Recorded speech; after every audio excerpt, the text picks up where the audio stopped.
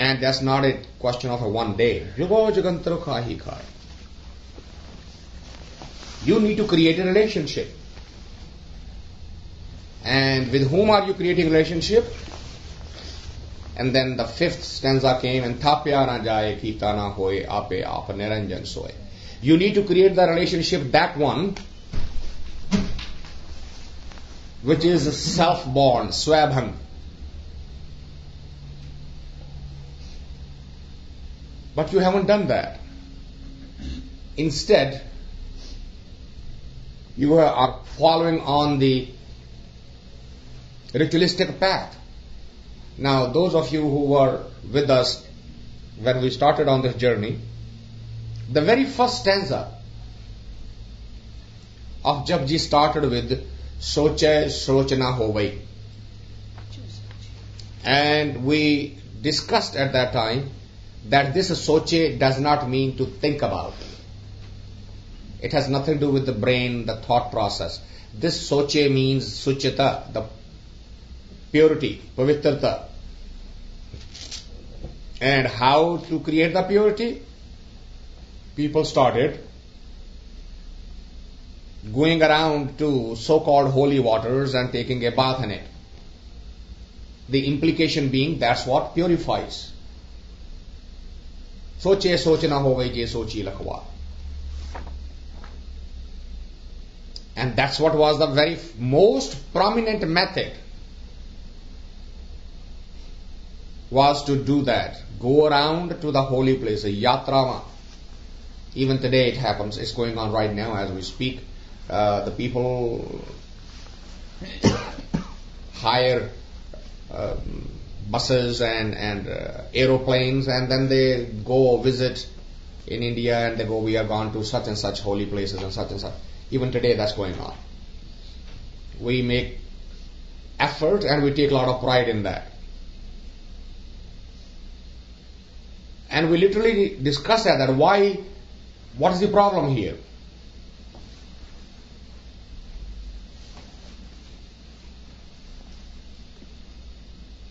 Because Gurbani already had acknowledged that yes, there is a place of the water in your life. There is a significance of the water in your life. What is the significance of the water in your life? Say, पर ये हाथ पैर तन देह पानी धोते उतरस खेह मूत पलीती कपड़ होए दे साबून लये वो धोए. The water has a significance in your life. As the body travels through the space, it doesn't mean that you travel. You may be sitting just at one place, but you are still traveling through the space. We all know that, right? The earth is not only rotating around its own axis, it's also revolving around the sun. So we all as a unit are moving through the space. Have you ever noticed in your own homes, particularly the ladies can relate with that very easily, that you just dust something and then you go away, come back, and there's a dust always, right? The doors are closed, windows are closed, the fans are closed. What's going on here? Right? Well, I just dusted that piano and I walked in and the piano is dirty all again, and you can literally, and they have made a joke out of it that the most critical mother-in-laws, when they come, that's what they want to see, how clean the house is. And they look behind the counters and look under the... And then the question is, how did the dirt get in there? You have to do absolutely nothing. Because the earth is moving through the space, it is already collecting that dirt, collecting that dust. It's nothing that you need to be blamed for or need to worry about.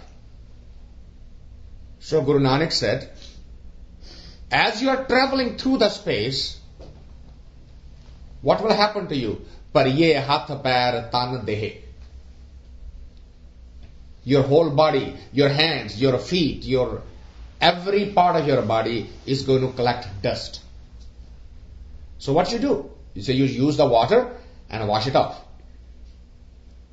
Your clothes will get dirty.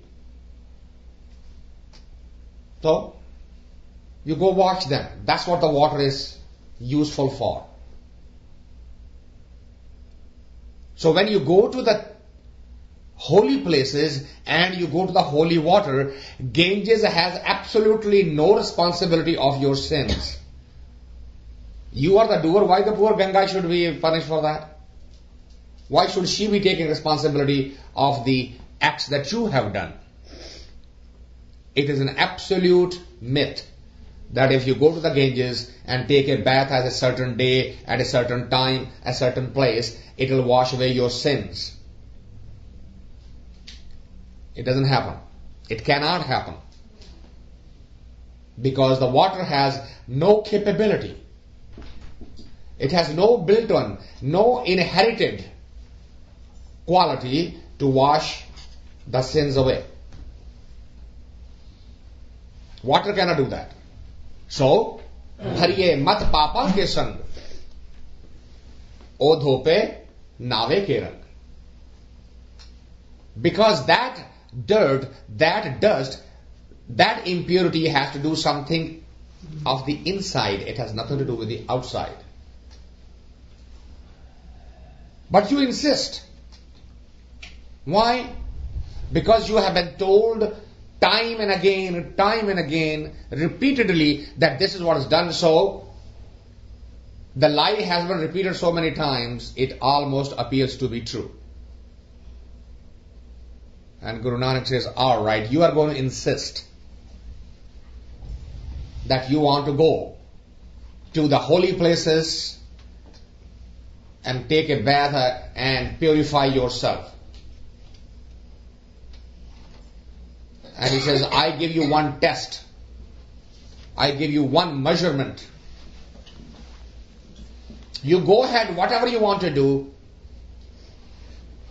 but keep this as a milestone, a touchstone for yourself. And what is that touchstone? He says, Tiratanava Je Tesabhava. That's a touchstone. The act that you are doing, are you sure it is acceptable over there?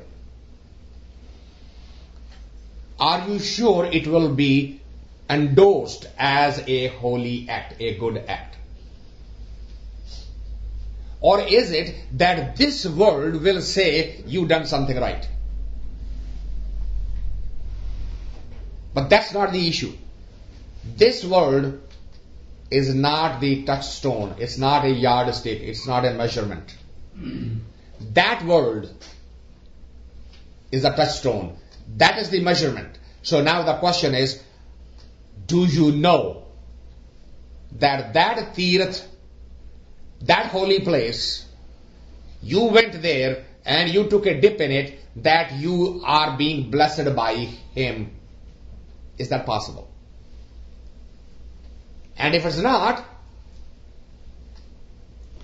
then the second half of the line says, then bin paane ke naaye kari. Then why bother? If it is already known that taking a dip in any holy water is not going to be blessed and acceptable to that ultimate creator, why bother? Okay, now, some smart kid is going to get up and say, well, hold a minute. Do you mean to tell me that he likes certain things and he doesn't like certain things? That he likes few people and he doesn't like few people? Then he is judgmental. And the God is not supposed to have those characteristics. Right?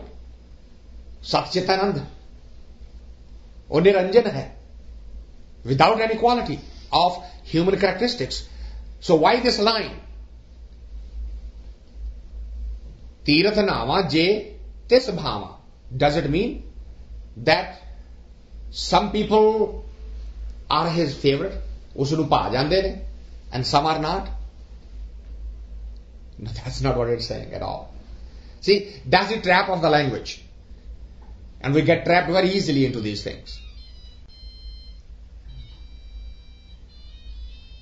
Well, that telephone is not from him. So you don't need to answer it.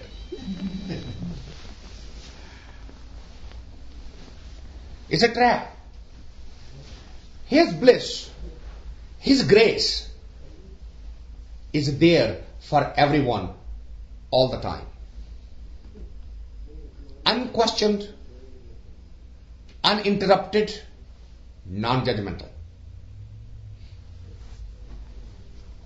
Think about when the cloud comes and the water falls, it's raining. Does the cloud care whether the water falls on a hill or water falls in a ditch or in a pot? So if I have a pot that is upside down, the rain will be still coming, but it will be completely empty. But if the pot is upside up, then the rain will fill it up. Cloud has absolutely nothing to do with it if somebody's pot was empty or full. The question is, how's the pot? Well, somebody's pot may be upside up, but it's already filled with something else. The cloud will still rain, but there will be no water in that pot which is already full with something. Guru Nanak says to a Sikh, that think about it. It is you who are walking with your face away from him rather than toward him. He's already there. Now how are we walking away from him? We are constantly looking for something outside, constantly searching outside, constantly going outside. And he is antarjami. He's inside. So we never turn inside. We always turn outward. We are running outward. We are searching outward. We are seeking outward. And hence, usunu bhande nahi. We don't become his favorite. So when he says, Tirath nama jetis bhama, what he's saying, Tirath, that is, which is inner one. If I turn around inside and I take a bath in my inner sarovar, what is that sarovar? Tirath naman jao, Tirath naam hai. If I had created a sarovar by meditating नाम जप जप जप के अंदर अमृत दा sir बना लिया, when I created that in which I can take a dip inside, my mind can dip inside, that is my Tirath Shanam. But we don't do that. So what do? We run outside and we look for the holy places outside. And we completely ignore the fact that when we go outside, we are going to find the Maya. We are going to find the creation, not the creator. Creator is not sitting outside at any shape or form. It's inside. So Guru Nanak says, okay, he points out to the very first act that the Japuji started with. Soche soch na hovai. So he says that's a very important karma that we are all locked in. He says, look at that karma. Tirath nama je tes bhava. If that karma is acceptable to him, then go right ahead. But you know intrinsically that that's not possible because water cannot wash away what has gone inside. Water can only help to clean up the outside. So what happens when you do that? Gurbani says, Navan challe tirathi, tan khote man chor, ek pal thi na tyan doi bhai chadiye sahor. So what happened? He says actually the opposite happened. एक भाव लथी नहाते हैं क्योंकि वो जड़ा the curiosity that I'm going, the itch that I had, I want to go to the holy place and take a bath. Well, okay, fine. That itch got satisfied, and with that, some dirt came off. But then what it did is that dui pa chadiya sorga. Dui means getting rid with the outer. So now, tell everybody, ऐसी यात्रा हो गया है. तुसी उत्ते गए सी वेखिया सी तुसां सा मजनू दा टिल्ला बड़ा सोहना उत्थे गुरुद्वारा बनया तुसां भी वेखिया. Then we start comparing notes. Oh, you haven't? Oh, you must do that. So what happened? The ego that was supposed to become little humble, actually now is more predominant. People go to receive the people at the railway stations and airports, those who are returning from Tirth Yatra with big band baja. Doi paha chadiya sor.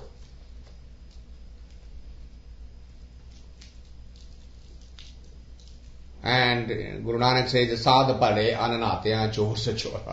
Now I'm not saying stop taking the bath. That's not what go home and say Jaswant was talking about since it doesn't clean anything inside, I'm not gonna. That's it. जिन्होंने नहाना नहीं उन्होंने बनाया पंज स्नाना महाज्ञाना नित नहान दलिदरी. That's a quotation made by somebody who is lazy enough, doesn't want to shower or something. That's not the intent. The intent is understand the purpose and put the significance where it belongs. The water is for a healthy body, to keep a body neat and clean. That's it. It has no other spiritual significance. So how many times you do this and how many times in the water you do that and how many times you go to, they're all ritualistic aspects. If you want, go right ahead, Guru Nanak says, but apply your karma, this litmus test. Tirath nama je tis bhava. Is he accepting this? And if it's not, then vin bhane ke na kari. Why bother? Jeti sirt upai vekha vin karma ke mile lai. Now he gives the answer to the question that he had raised. See, I know why you do this. Let me tell you why you continuously go to the holy places to take a bath there. Because from the day one, anything that you have gotten in this world is by going out and working for it. All the advantages that you have so far gained over your next door come neighbor, you have done it by competing outward. So now, that has given the illusion that everything inside is also going to come from doing something outward. It says, drop that illusion. Achievement outside needs the action, and the quality of the action is different. Achievement inside has a totally different quality and different requirement, different rules, different regulations. That drama cannot be played with the same rules. Jeti sirt upai vekha. All of this creation that is visible. Vin karma ke mile lai. How can you get anything without doing something? And that creates an illusion. That creates a problem for you. And what is the problem? Well, anything that's inside, I better work. And what kind of work I do? I only know how to work outside. So either I go to the temple, or I go to the holy places, either I take a bath, or I do the arti, or I do the puja, or all those things that I can do outside, which are doing exactly the opposite. It is creating the relationship with the outer dimension rather than the inner dimension. So if you go to a Zen master and you ask him, what should I do? He will tell you, he say, go sit on that hill and do nothing. Well, what kind of meditation is that? Is it just go sit there and do nothing? Doing something is so easy as compared to doing nothing. Now, you may be thinking that you know someone like me who sits all day in the chair and does nothing. No, his body is not doing something. His inner is in such a turmoil that he's creating the whole world and then destroying the whole world and creating it all over again. Doing nothing is next to impossible till you become a meditator. You may be able to put your body at rest, but that monkey inside is going to be jumping upside down.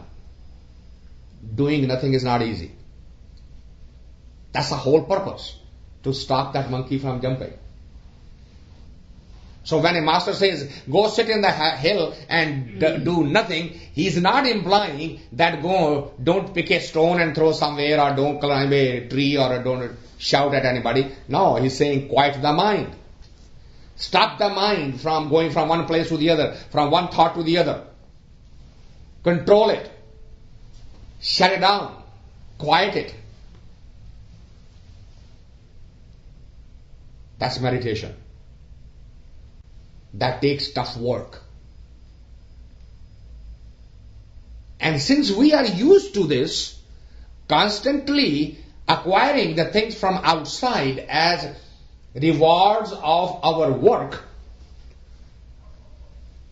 we take the spiritual work and turn it into the outer work. And Guru Nanak says that is the fundamental flaw in almost every organized religion. That's a fundamental flaw. That they tell you to do something outside. Now, that may be the initial step to get you going, to make you interested in the topic, but that becomes the end all, means all, everything ends over there. You never move to the next one. I can show you meditators who have day in, day out held on to the same ritual for the last 50 years, 60 years, 70 years that they had done absolutely nothing else. Get up in the morning, do the ritual, come in the evening, do the rituals, and they're exactly at the same place where they started 50 years ago. And they're scratching their heads and say, well, what am I doing wrong here? How come there is no evolution? How come there is no joy in my... I am ready to kick the bucket. I'm ready to say goodbye to this world, and I am still the same sad, unaccomplished individual. Why? And Guru Nanak warns us and says, that's what is going to happen. Why? Because when you acted, you did not ask this fundamental question. Again, what is the question? Tirath nama, je tis bhava, ven bhane ke naye kari. I will go to the holy place and I will do all the things that you want me to do, but tell me, is it that going to be acceptable over there? Or is it only acceptable to you, the society, the law, the organized religion, the padri, the priest, the jnani? If it is only acceptable here, then watch out. Jeti sirt upai vekha vin karma ke mile lai. That is the outer world. Jeti sirt upai vekha, that which is visible. The creation that is visible. Sirt means creation, Jeti means all of it. Vekha means the visible. That which is visible is only available by karma, by act. That does not necessarily mean that you need the same kind of action for something that is invisible. That which is inside will be manifested with a totally different action. It will have nothing to do. Nowadays, I have a lot of people who are displeased with me because they've been doing this for their whole life and it's shaking up. Ego has a very difficult time going backward. How to accept the fact for the last 50 years I have been doing something and it hasn't gotten me anywhere. Right? I mean, when you sit in a rocking chair and you rock back and forth, you are very busy, right?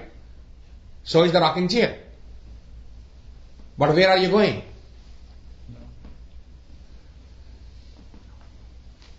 My professor of psychology used to say, worry is like a rocking chair.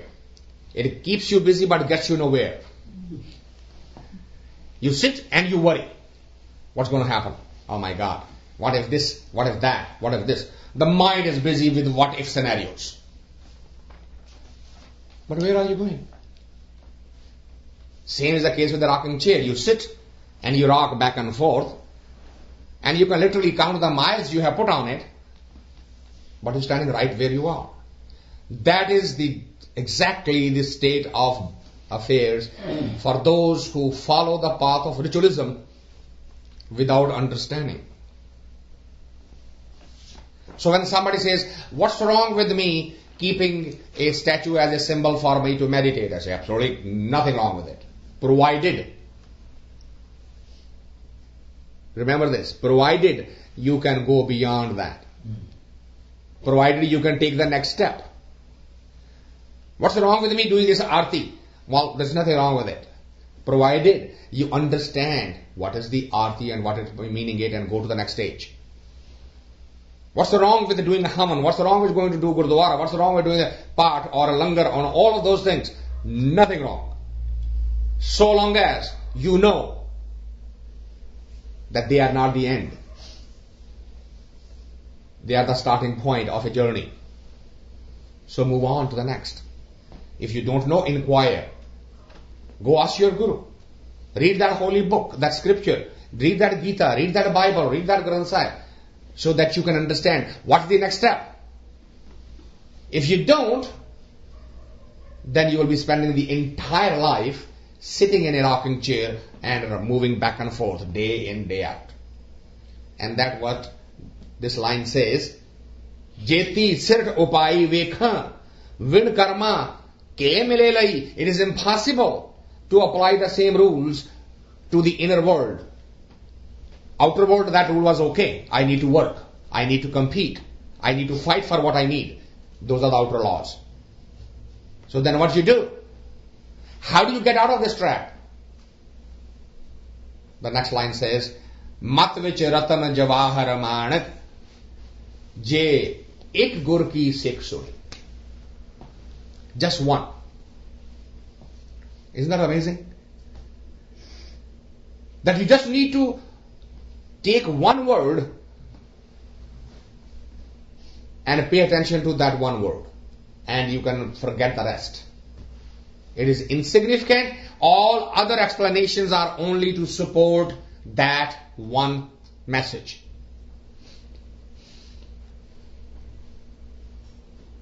All 1430 pages in Shri Guru Granth Sahib actually is in support of one single word. Guru Nanak says that. Man mandar, tan vesh kalandar, ghati tirath nama, ek shabd mere prane basat hai. Just one word. Ek. Mere prane basat. See, that's gone. Become part of me. And then what did that do? Say, bahut janam now. That one word has absolutely freed me from the bondage of the cycle of life and death. And Guru Nanak says, Mat vich ratan jawahar manak je ek gur ki sikh suni. Your master is going to tell you just one thing, if he's a true master.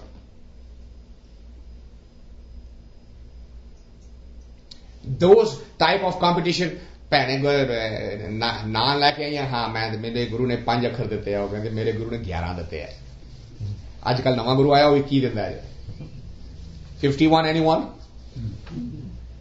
Look at what's going on here. Ik. So what is that? What's that one word? We started our journey with that one word. What is that one word? Jap.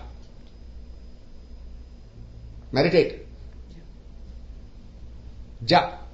Take one word and jap.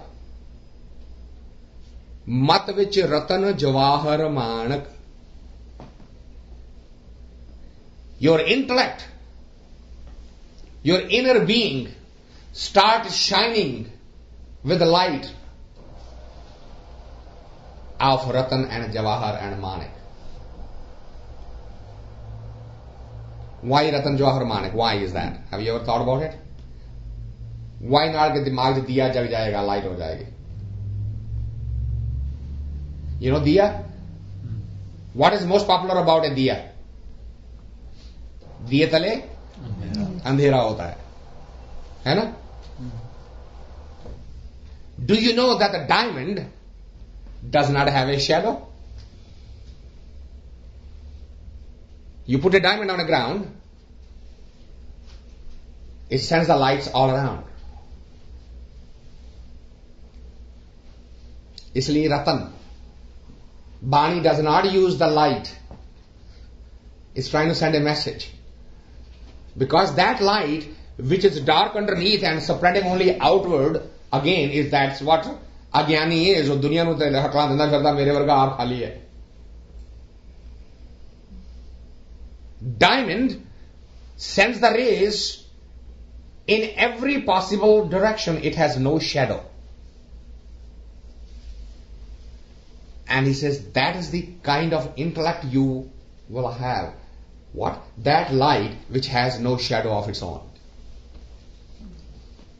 Man vich ratan jawahar manak. These are all the varieties of diamonds. There will be light inside you. That light which will eventually put the focus on that creative energy that you are seeking. Right now there is all darkness. You are scared. You don't want to go inside because it's all dark. You are afraid. But when you take that one word and practice it and build on it and build the energy inside you and start cleansing your inner. पर ये मत पापा के संग ओधो पे नावे के रंग. When that starts cleansing up, you start seeing the light inside. And that inside light then reflects on that creative energy that is hiding inside you. And that's where you want to go, not to the outer world. Mat vich ratan jawahar manik. I mean, that does not literally mean that you will get the gold and the diamonds and all that, right? Otherwise the ladies are going to get very hopeful right away. The man is meditating, so let's see when he brings the diamond necklace now. Guru is not promising those kind of diamonds. Mat vich ratan jawahar manik je ek gur ki sikh suni. Now, what is that sunna? Guru kolo sunna ki hai.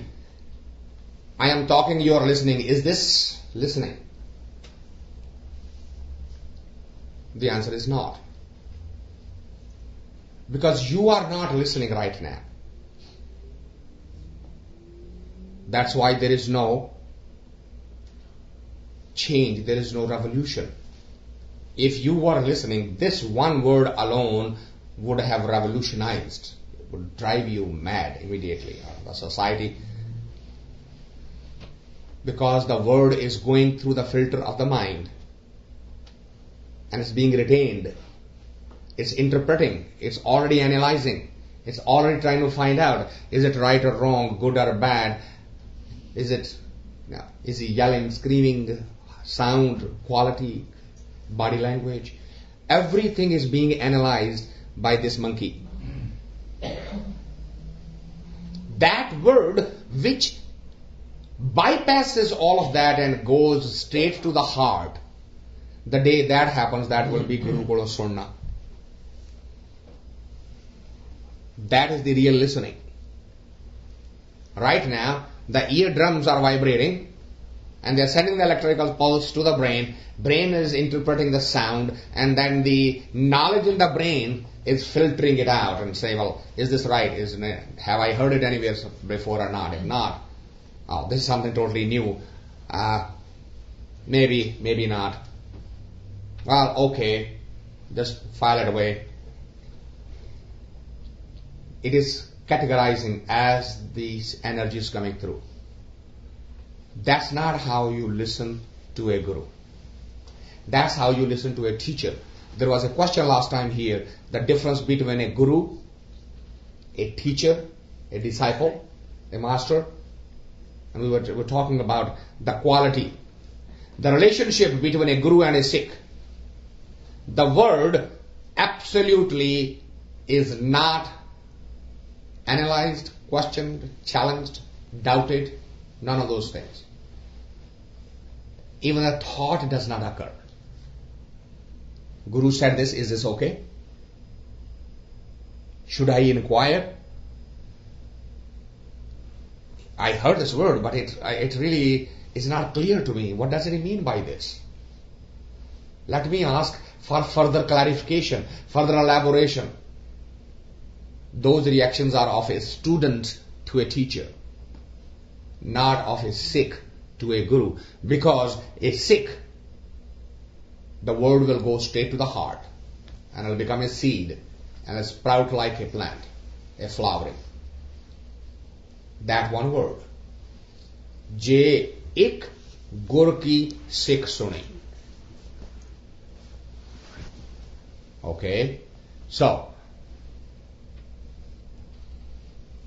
but Guru does not say things in straight language, because that language is mysterious. It's meant for specific type of disciple. That's why these are riddles. Bujhartan. So Guru Nanak says, Gura ik dehe bujhai. One riddle Guru solved for us right in the beginning. Ik. Gura ik dehe bujhai. The master, the true Guru, would not make that distinction between one soul to the other. Only then he is a true master. So, he says, Gura ik dehe bujhai. The master, the Guru, has at least solved one riddle for all of us. And what is that? Sabna jiyan ka ek data. Everyone belongs to the same creative energy, has come out of the same creative energy, will become part of the same creative energy, is sustained by the same creative energy, is destroyed by the same creative energy.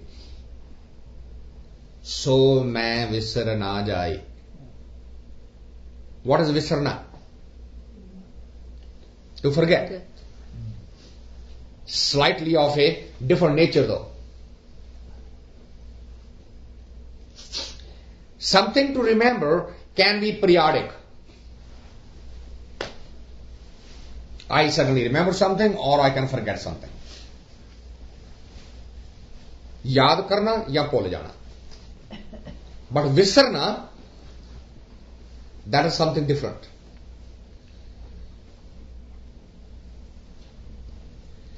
When a child is born, I mean in this country the child does not sleep with the mother, but in our culture the mother and the child sleep together. And it doesn't matter how sleepy the mother is, a little whimpering of the child and she's up. If you watch the ladies taking the water from the well, they have 4 or 5 matkas on one on top of the other, stacked together, and they are walking and they are talking, but the water doesn't spill. If you Notice the walk of a lady who's pregnant. It doesn't matter where she is, how she is, her memory of the child inside never goes away. I'll give you 3-4 examples. That is Simran. And opposite of that is Visarna. Visarna means na visar jai ka matlab hai that it should become a part of your consciousness so much that even in your dream you remember this. My child is next to me.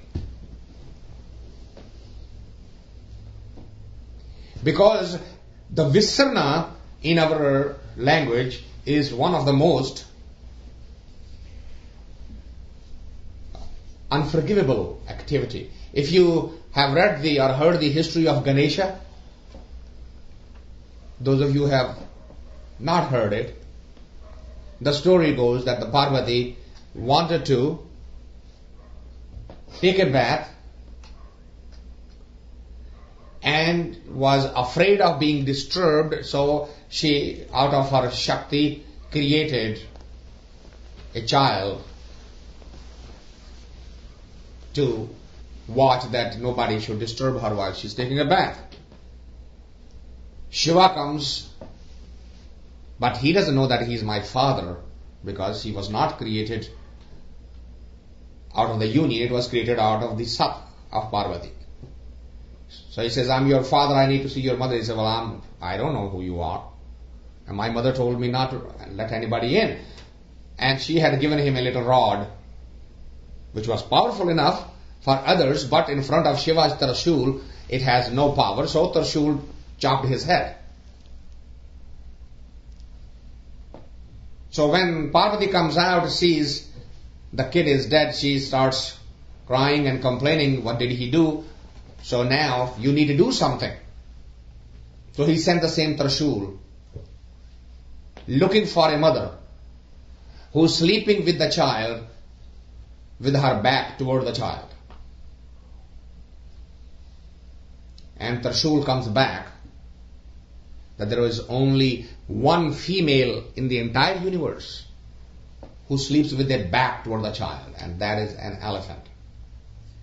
Every other female keeps the child toward her face. छाती ने लगा कर रख दिया मां बच्चे को, भावे सुती होवे भावे जागदी होवे, कली हथनी ऐसी है, hence वो हथनी दा सिर कट लिया. Brought that head was put on that child, and that child started being worshipped as a Ganesh. I didn't mean to digress to the story of Ganesha. I wanted to tell you that is Simrna. Visarna. The mother can never ever be in a state of being where she forgets the child. And Guru says, it is that kind of remembrance you need to have about this concept. What? Shabana jiya kaikda. So मैं विसर ना जाए. You should not forget that, even in your sleep. Unfortunately, we don't even remember when we are awake. Why? Because we see a Hindu as a Hindu, a Muslim as a Muslim, a Sikh as a Sikh. We don't see that inside anyone.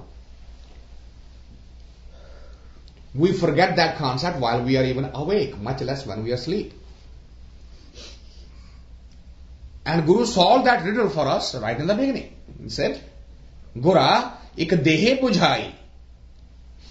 Gurudev ne ek riddle, bujharat, hal kar deti hui, solve kar deti hui.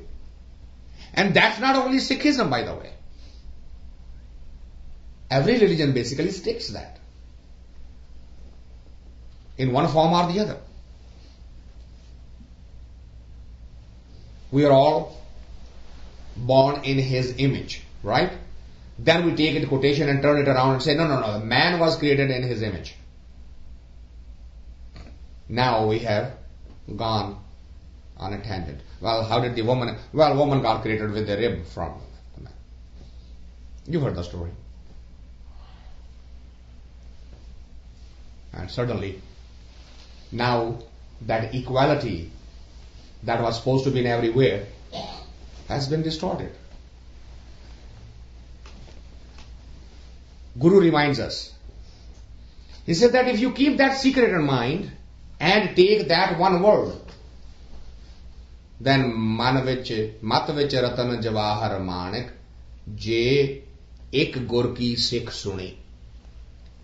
Keep that one word in your heart, which is Sabna jiyan ka ek data, and having remembered that, then do what? Go back to that one word, ja. Ja. So may God bless us, may Guru bless us, that we can at least that bujharat, that riddle which has been solved for us, at least that we can keep, right? Rest of the things we say, well, what does this mean? This is a riddle we don't understand. Guru says, at least there is one riddle that you don't need to decipher yourself. I am telling you. Accept that. Go along with it. Sabna jiyan ka ek data. So, as you see that we are walking on a slowly a journey. We started with the characteristics of that creator. Then we said, Japuji, why are you asking me to do this? Well, these were the 4 methods the people were following. And they had their problem that they forgot what the will is, staying in the will. Create a relationship of a master and a slave so that the ego gets cut from the root. But you are not still freeing yourself out of the ritual. Why? Because you have fallen into the trap of the intellect that everything is going to be available from outside. So, no, this dimension is going to be slightly different. The rules are going to be different. The game is going to be different. The actions are going to be different. Accept that and move on to the next stage. And we will, next time when we meet, we'll go to the Je Juguchare Arja Hord Suni Hoy. We will take from there. With that, I want to thank you all for coming. And I want to make one suggestion. And you guys can think about it if it makes sense. Because the meditating in a group form means to take advantage of the group energy.